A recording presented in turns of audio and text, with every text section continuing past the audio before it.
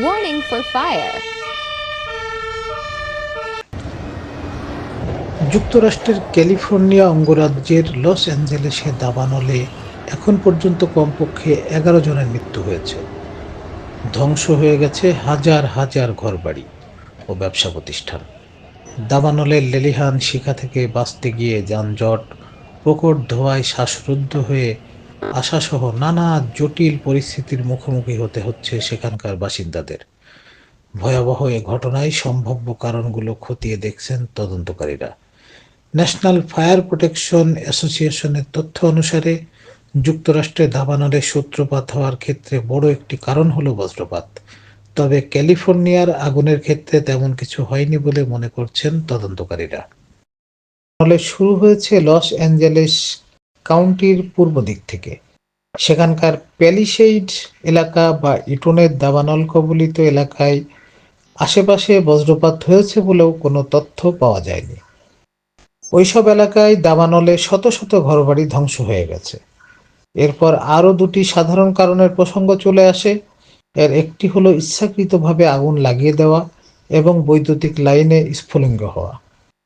১৯৯১ সালে অকল্যান্ড হিলসের দাবানল সহ ক্যালিফোর্নিয়ার বড় বড় দাবানলের ঘটনায় তদন্ত করার অভিজ্ঞতা আছে জন লেন্টিনির। ফ্লোরিডা অঙ্গরাজ্যের সায়েন্টিফিক ফায়ার অ্যানালিসিসের স্বত্বাধিকারী তিনি।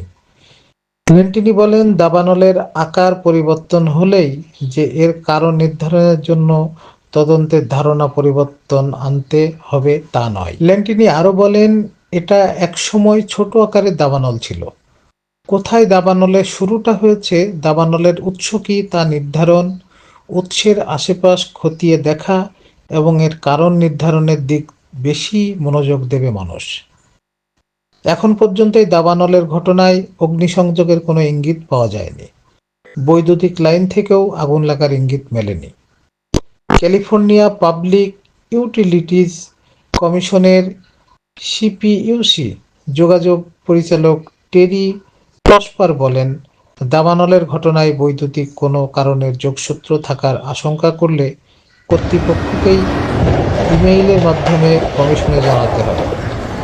সিপিইউসির কর্মীরা তখন এক্ষেত্রে অঙ্গরাজ্যে আইনের লঙ্ঘন হয়েছে কিনা তা খতিয়ে দেখেন। এডিসন কর্তৃপক্ষ বলছে, বজ্রপাত, অগ্নিসংযোগ, বৈদ্যুতিক লাইন ছাড়াও অনেক সময় আবর্জনা পোড়ানো এবং আতশবাজি ফোটানো থেকেও দাবানলের সূত্রপাত হতে পারে।